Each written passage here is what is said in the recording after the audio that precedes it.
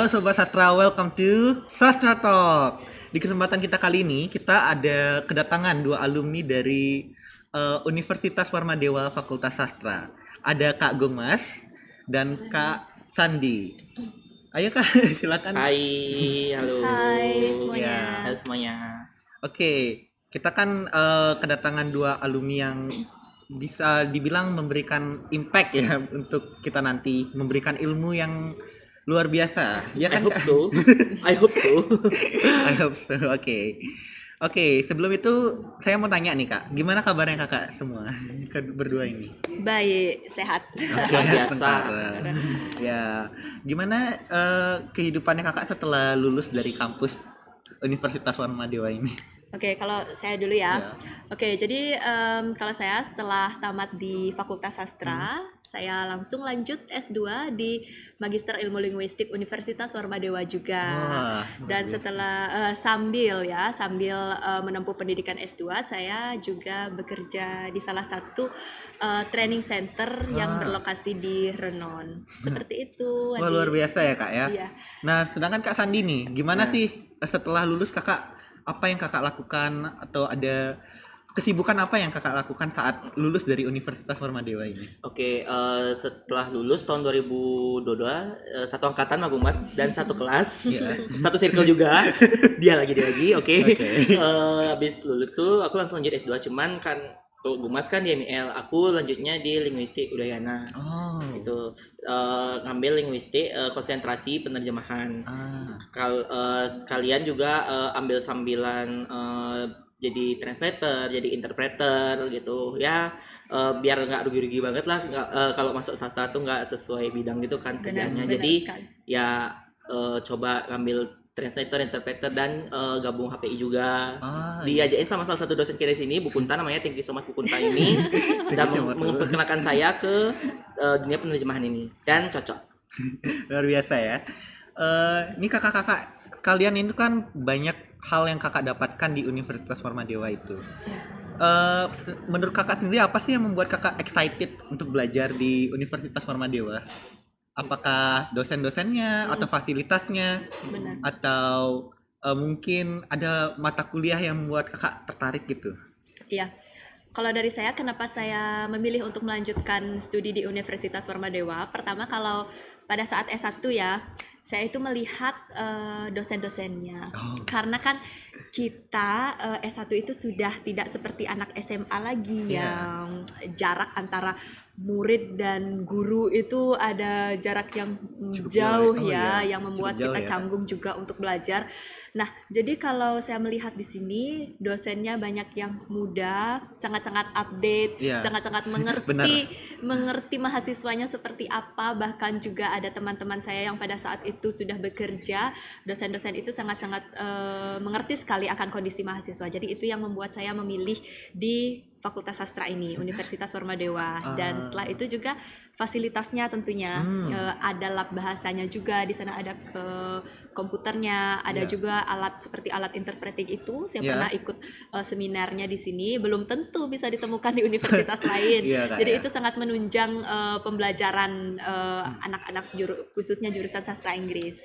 Jadi menurut kakak di sini dosennya yang menjadi excitednya kakak? Iya. Oke. Kalau kakak sendiri gimana? Apa yang menjadi excitednya kakak, yang membuat kakak excited untuk masuk ke Universitas Warmadewa?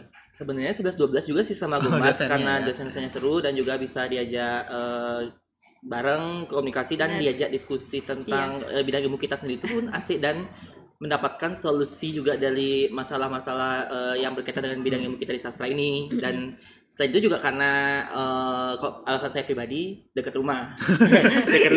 Jadi kan aksesnya gampang gitu kan nih, Universitas Warmadewa nih di tengah kota, jadi lebih memudahkan akses untuk menjangkau untuk kuliah dan nggak jauh-jauh banget kuliahnya gitu kan. Literally kepleset dia nyampe gitu sekarang gitu kan. Bener juga, ini karena di tengah-tengah kota ya. Apalagi sekarang sudah berkembang setelah kami tamat dari sini, banyak sekali coffee shop yang ada, cari apapun di sini mudah, tempat print atau sebagainya. Jadi sangat strategis. agak iri juga sih ya, kenapa baru lulus. Merasa tersinggung nggak Kak setelah lulus baru ada fasilitas? Kita cuman gaulnya kita tuh cuma di kantin FE atau wisuga ya. Itu sudah wisuga, gaul sekali. Kadang ke kantin kedokteran sih ya. Oh iya. Kantin kedokteran. Benar. Ya berarti bagi Kakak itu selain dosen juga karena fasilitas dan Benar. juga karena Lokasi yang strategis. Ya benar sekali. Jadi kalau boleh tahu nih dosen siapa sih Kakak favoritin di sini? Sebenarnya semua dosen muda itu saya favorit sih, Ya, karena lebih benar-benar relatable ya, Kak? setelah selesai kita belajar, kita di luar kelas itu masih bisa diskusi, menanyakan misalnya ada tugas kita yang belum mengerti, kita masih bisa bertanya dan seperti teman gitu loh ya. Jadi nggak ada rasa-rasa canggung gitu ya. Hampir semua dosen muda sih menjadi favorit saya. Berarti dosen-dosen muda ini lebih relate sama Kakak ya? Ya. Oke, bagus. Kalau Kakak sendiri, dosen siapa nih? Banyak sih sebenarnya dosennya, apalagi saya waktu S1 tuh rajin dilibatkan dalam semua kegiatan mereka seperti pengabdian, penelitian, dan dari sana pun saya jadi dapat new insight gitu kayak begini ya kerjaannya dosen, gini ya penelitian, gini ya pengabdian, kayak seru juga gitu loh. Dan juga membuat saya menjadi kayak tidak hanya belajar di kelas aja, jadi saya juga bisa menerapkan ilmu yang saya dapatkan di kelas di lapangan langsung, entah itu melalui penelitiannya atau melalui pengabdian yang saya bantu, dosen yang pengabdian yang saya bantu. Jadi di sana tuh benar-benar kepake banget ilmu yang saya dapatkan di kelas itu sendiri. Seperti itu sih bagusnya juga di sini ya. Jadi karena dosen-dosennya muda dan lebih dekat lah istilahnya, bisa mendekat sama kita dan lebih relate sama kita, jadi Kakak merasa bahwa dosen-dosen di sini bisa mengayomi ya Kakak ya? Ya, bisa dibilang seperti itu, mengayomi. Nah, ini ada satu pertanyaan lagi buat Kakak. Masih banyak sih sebenarnya pertanyaannya ya. Apa hal yang membuat Kakak selain karena dosennya ya dan fasilitasnya, apakah pelajaran-pelajaran atau mata kuliah di Universitas Warmadewa ini cukup menarik mahasiswa pada saat itu? Masih mungkin. Oke. Kalau kita sudah menjadi mahasiswa di sini, tentunya ada beberapa mata kuliah yang memang wajib ya. Yang saya pada saat itu pun sebenarnya saya belum mengetahui apa saja sih yang dipelajari jika kuliah di Fakultas Sastra.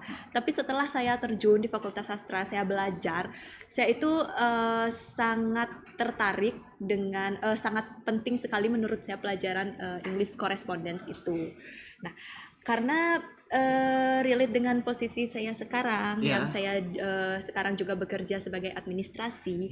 Di sana saya mendapatkan ilmu-ilmu korespondensi seperti membuat surat, bagaimana kita mengirim email, sinteks juga, bagaimana kita grammar kita agar bagus, agar terlihat profesional, karena orang-orang itu pasti ketika kita menulis surat ataupun mengetik email itu akan dilihat, kualitas orang ini seperti ini orang dari mana sih, kok struktur bahasanya seperti ini, kok grammarnya gitu seperti ya, ini, padahal tamatan sastra Inggris. Jadi menurut saya hampir semua ya penting sekali setelah itu diterapkan di pekerjaan.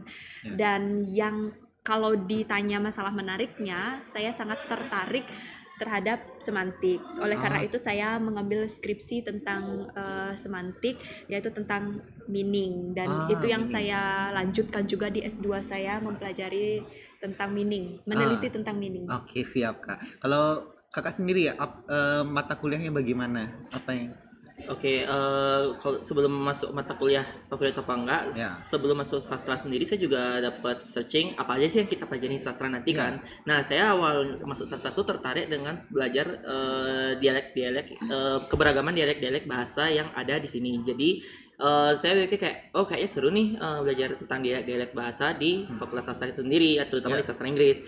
Dan kemudian semakin jauh saya belajar sini, saya mulai mendalami beberapa mata kuliah, beberapa yang bisa dibilang kecantol lah, bisa dibilang kayak gitu kan.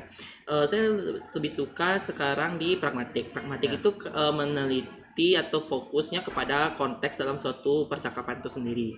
Oleh karena itu saya mengambil pragmatik ini sebagai salah satu topik skripsi saya sebelumnya tentang kualitas maksim, dan saya melanjutkan topik pragmatik ini ke S2 saya, tesis saya, yaitu tentang penerjemahan humor, seperti itu. begitu ya? Ya, jadi selain itu juga penerjemahan itu sendiri, penata kuliah penerjemahan itu berperan banget di saat saya melakukan kerjaan saya sebagai penerjemah itu. Jadi kayak nggak ada yang rugi sebenarnya. Gitu ya, Kak. Belajar mata kuliahnya di sini gitu. Jadi Apalagi dosen-dosennya kebanyakan, terutama yang di penerjemahan tuh kebanyakan yang sudah memang ahlinya, dosen ahlinya di lapangan, seperti bisa kita lihat Bapak dekan kita, Pak Ane, kan penerjemah juga, Bu Kuntayuni interpreter. Jadi ilmu yang mereka dapatkan di lapangan itu mereka bagikan ke mahasiswa-mahasiswa di sini. Jadi kami pun merasa kayak ilmu ini berguna banget selama saya gunakan di lapangan, seperti itu. Ya, Kak. Ya jadi kayak udah dikasih bocoran lah kayak gimana sih di lapangan tuh kerjaan sebagai translator, interpreter, seperti itu. Di sinilah bagusnya sastra itu, ada beberapa dosen-dosen praktisi gitu, seperti itu yang memang bidangnya mereka geluti sampai ke di ranah industri, seperti itu. Tidak belum tentang akademik. Jadi berarti menurut kakak semua mata pelajaran di sini berkesinambungan. Iya, betul. Oke. Nah ini kan ada pertanyaan lagi ya. Ini jujur ini adalah pertanyaan bagi semua mahasiswa yang saat ini masih belajar di Fakultas Sastra. Nah saat lulus itu kita bisa nyari prospek kerja di mana sih Kak? Karena kan kita Fakultas Sastra ya. Prospek kerja di mana sih yang dapat kita ambil gitu? Apakah hanya jadi penerjemah atau jadi seorang pengajar begitu?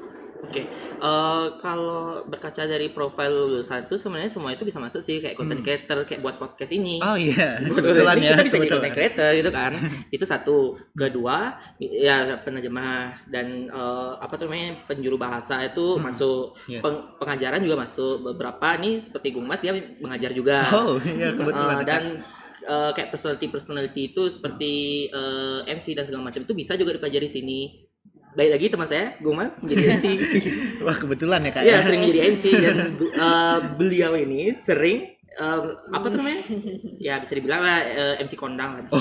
Wah. Sering lah ambil job-job MC gitu. Kalau nggak karena masuk sastra ya dia nggak bakal bisa gitu. Gitu ya Kak. Benar. Dan setahu saya juga ada beberapa teman saya yang kerja di hospitality, kayak di hotel-hotel dan segala macam. Sebenarnya luas banget. Intinya dimanapun tempat kerja yang menggunakan bahasa, di situ kita bisa masuk ke dalamnya, seperti itu. Begitu ya Kak ya. Kalau pendapatnya Kak Gung Mas sendiri bagaimana? Iya benar sekali seperti yang dibilang sama Sandi. Saya itu memulai untuk menjadi seorang MC itu pada saat saya semester 1. Saya baru masuk bukan dari dulu banget ya, bukan dari SMA. Tapi pada saat saya masuk ke Fakultas Sastra ini saya baru banget berani untuk memulai diri saya sebagai MC. Di sini saya ikut organisasi Komets ya dulu pada saat kita semester 1.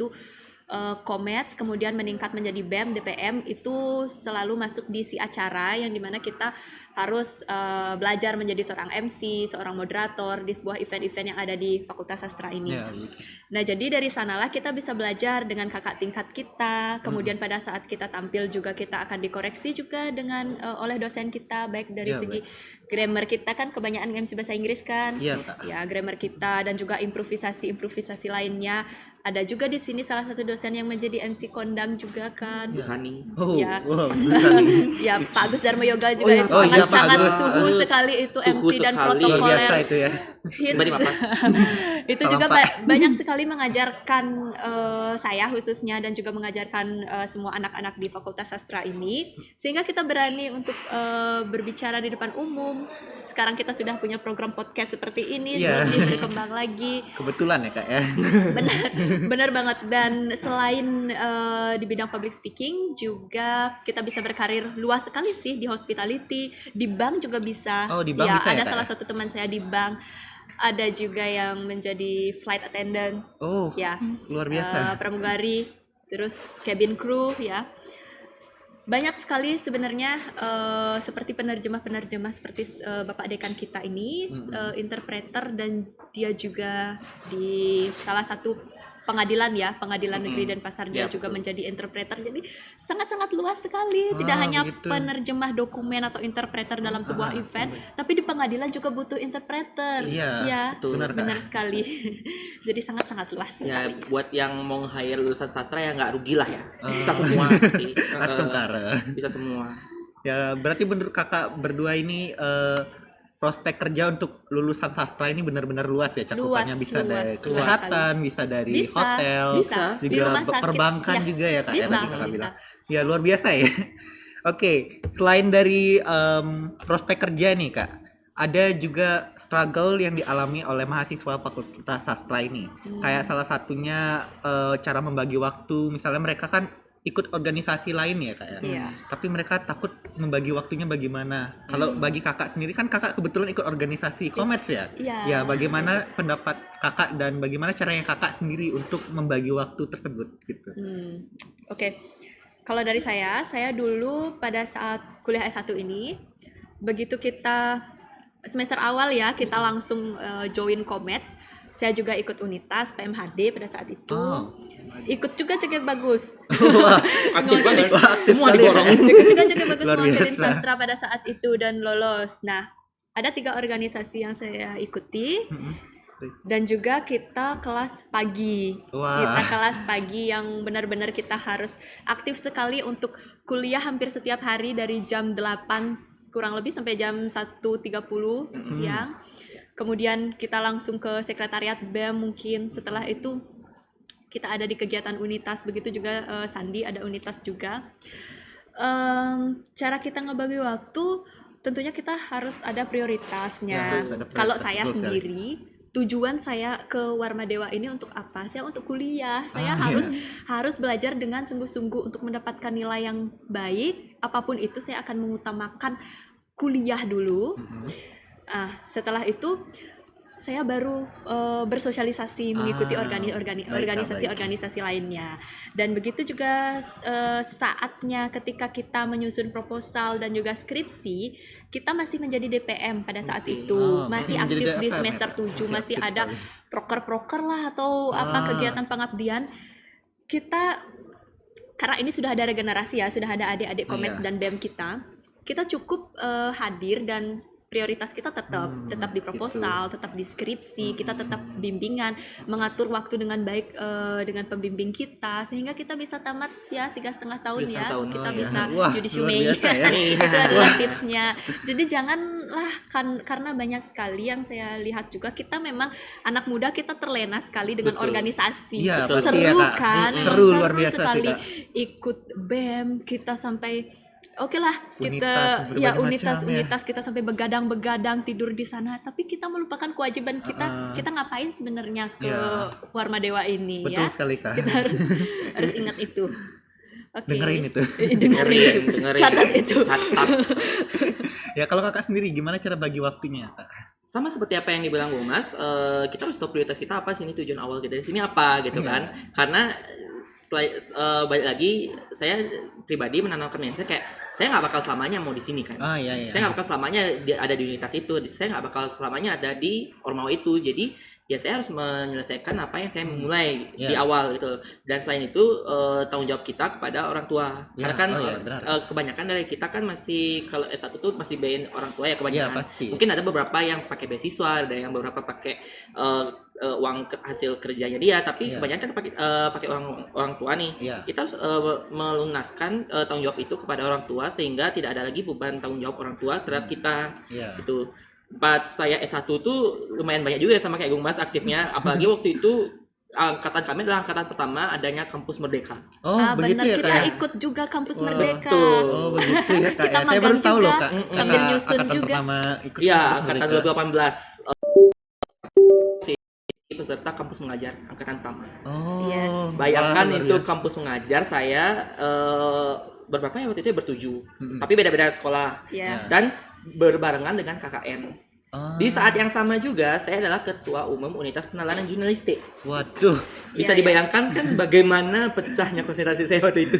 nggak lelah Kak, nggak overheat gitu Kak. Mungkin karena udah dibilang Bung Mas kayak kita itu kalau udah organisasi itu pasti senang-senang aja gitu Iya sih, ketemu pasti. teman, apalagi kalau dia emang ekstrovert ya gitu. Jadinya tapi kan kalau saya mikirnya waktu itu tuh ya lumayan lah buat di CV gitu kan. Jadinya nggak ada salahnya ikut dan masih bisa lah kekejar waktu itu proposalannya gitu. Dan untungnya ikut kampus Merdeka itu juga kita dibebaskan 1 semester nggak belajar karena konversi. Ah, Ya konversi, enak jadi ya. semester 7 saya pun nggak belajar, jadi bisa fokus ke proposal. Seperti itu. Oh ya. Berarti untuk organisasi itu adalah suatu hal yang bisa diikuti dan bisa juga diseimbangkan ya dengan mata Bisa, kuliah iya. kita. Iya, Bisa. bagus sekali. Bisa. Nah, selain itu, pas saat kakak lulus dari sini kan ada dari kakak yang sambil bekerja ini, ya kan? Mm. Menurut kakak itu bagaimana sih cara kita itu masuk ke dalam dunia pekerjaan? Apalagi kan kita jurusan sastra ini yang prospek kerjanya luas banget. Iya. Bagaimana cara menyesuaikannya pada diri kita gitu kak? Apakah ada cara khusus atau kakak melihat potensi dalam diri kakak begitu? Bagaimana? Oke, Silakan saya kak. dulu. Oke. Jadi maksud di Juna ini bagaimana kita kuliah sambil bekerja. Kita Iya. masih S1 tapi kita bekerja seperti Iya. itu. Oke, jadi yang pertama itu kenalilah passion dari diri kalian masing-masing.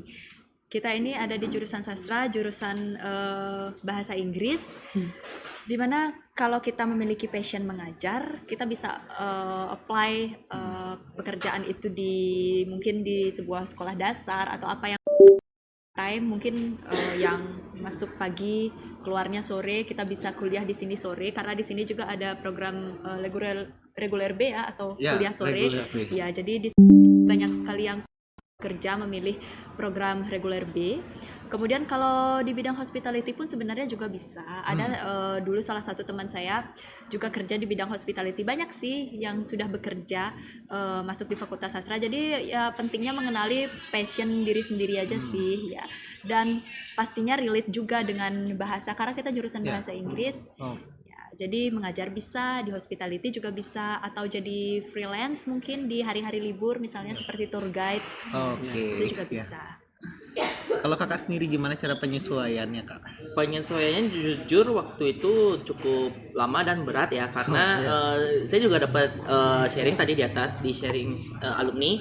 Kalau pas nyusun itu saya sempat menjadi seorang guru bahasa Inggris di salah satu sekolah internasional di Jimbaran, dan saat itu posisinya saya lagi nyusun bab 2 skripsi dan sempat terbengkalai karena ya itu tadi apa tuh namanya, saya belum tahu bagaimana strategi yang pas untuk menyelesaikan keduanya ini seperti itu kan, karena ya balik lagi seperti yang dibilang Bung Mas tadi, tujuan utama kita di sini adalah untuk kuliah gitu, dan menyelesaikan tanggung jawab kita kepada orang tua, jadi tidak boleh kita terbengkalaikan, dan kalau bisa sambil jalan sambil mencari pengalaman kerja ya kenapa tidak gitu kan, seperti itu. Oh baik, bener. Jadi kita menurut kakak berdua ini kita harus bisa menyesuaikan ya kak, betul. dengan diri kita, dengan kampus dan mungkin tempat kerja kita kalau kita bekerja ya kak. Ya, intinya tahu kapasitas diri. Kalau misalkan sanggup ya silahkan, kalau enggak ya jangan gitu, seperti itu kan. Oke. Nah, saat kakak melamar pekerjaan ya, kan kakak sudah lulus dan kakak melamar pekerjaan. Bagaimana sih caranya kakak itu supaya CV-nya kakak, kan kita bicara tentang CV sekarang. CV-nya kakak itu bisa dilihat dan dinotis oleh perusahaan yang kakak daftar gitu. Bagaimana caranya? Kalau saya sendiri membuatnya, saya langsung fokus spesifik, tidak membuat CV yang secara general itu. Saya langsung ke apa sih sebenarnya posisi yang ingin kita lamar, saya langsung highlight di bagian itu.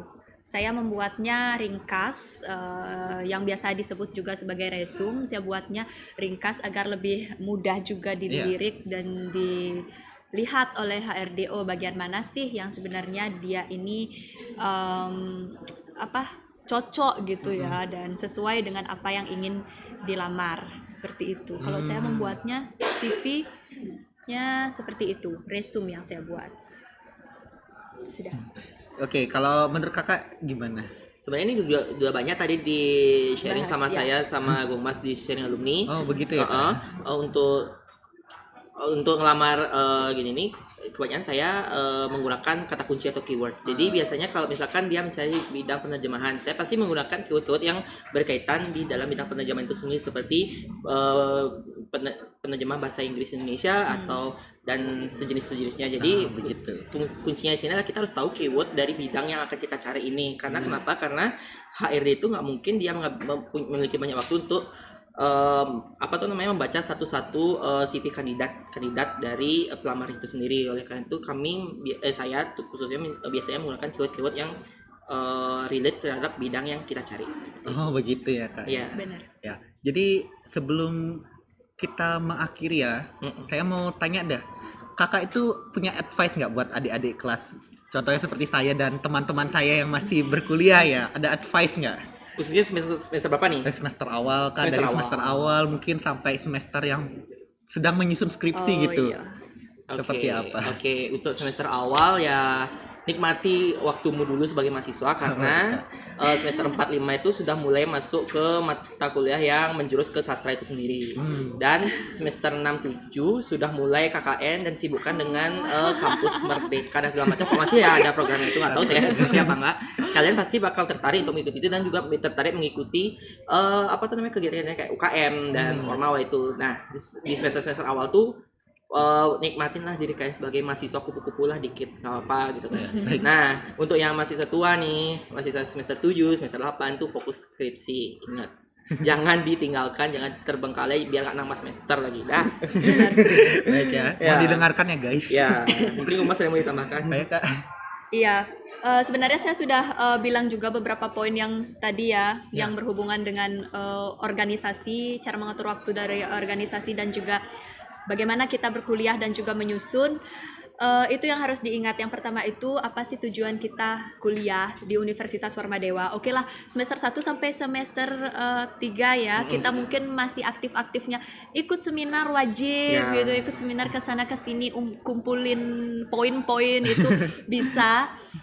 Tapi setelah itu semester 4, 5, 6 kita memang padat sekali SKS kalau di angkatan kita dulu ya. Padat sekali begitu SKS ya, yang sudah menjurus seperti terjemahan, banyak sekali mata kuliah yang harus fokus sekali. Dan selanjutnya kita sudah menulis proposal. Nah, di sana kita harus memang rajin. Biasanya nih ya, sesuai dengan pengalaman, kalau sudah masuk ke penulisan proposal banyak yang menghilang. Betul. Tiba-tiba aja gitu, teman yang kita ajak hahaha, kok dia hilang ya? Betul banget. Sekarang udah skripsi kok dia nggak datang-datang ya bimbingan. Betul. Jangan sampai ya. Jangan sampai hilang ya tiba-tiba. Jangan sampai dosennya nyariin gitu. Ghosting dosen tiba-tiba.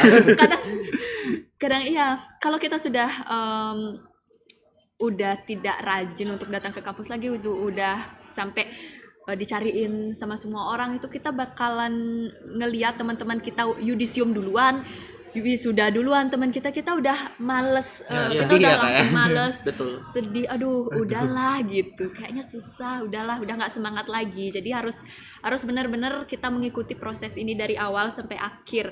Coba deh pokoknya ikutin aja rules kuliah ini dengan baik, pasti deh bisa ya. Pasti bisa. Oke, setelah pertanyaannya tadi, apakah ada yang ingin Kakak sampaikan lainnya? Cukup sih ya. Okay. Juga tetap semangat aja untuk adik-adik. Semangat guys. Oke. Terima kasih sudah menyaksikan Sastra Talk hari ini. Apabila ada kesalahan kata kami mohon maaf. Dan sampai jumpa di kesempatan selanjutnya. Bye. Bye. Semangat semua.